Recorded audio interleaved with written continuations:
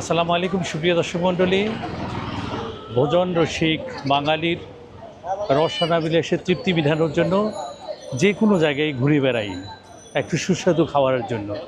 আর সেই সুস্বাদু খাবারগুলো যদি মুখরোচক এবং একটু সাশ্রয় রেটে হয় তাহলে তার কথাই নেই। আজকে সেরকম একটি ভিডিও আপনাদের সামনে উপস্থাপন করব। সেটা হচ্ছে চট্টগ্রামের বাণিজ্যিক কেন্দ্র আগ্রাবাদে যে স্ট্রিট ফুডের বাজার রয়েছে, মানে প্রচুর স্ট্রিট ফুডের স্টলগুলো রয়েছে, সেখানের মধ্যে সাশ্রয়ী রেটে এবং মুখরোচক যে খাবার আছে সেটা নিয়ে আপনাদের সামনে আজকে কথা বলবো। চলুন তাহলে বন্ধুরা, এই যে দেখছেন প্রত্যেকটা স্ট্রিট ফুডের স্টল, গরুর নলা নিয়ে আজকে আমরা খাবো এবং কেমন হলো এই মামা হালিমের সেটা আপনাদের সামনে তুলে ধরবো।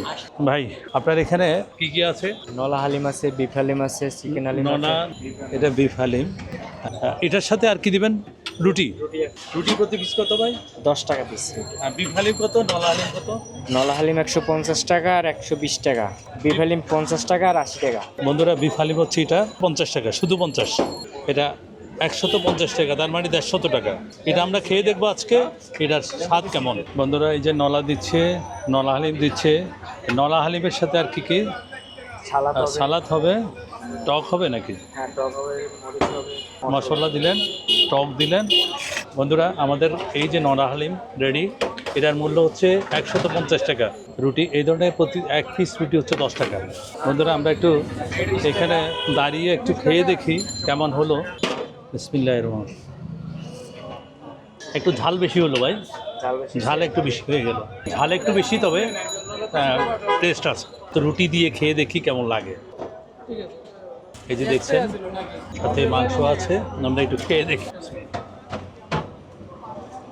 বন্ধুরা ভালো, 150 টাকা মধ্যে মোটামুটি ভালো। একেবারে সর্বোত্তম সেটা বলা যাবে না, তবে 150 টাকা বাজেট বান্ধব, সেই অনুপাতে ভালো আমার কাছে লেগেছে। রুটি দিয়ে নলার যে মাংসটা আছে সে মাংসটা খুব রসালো।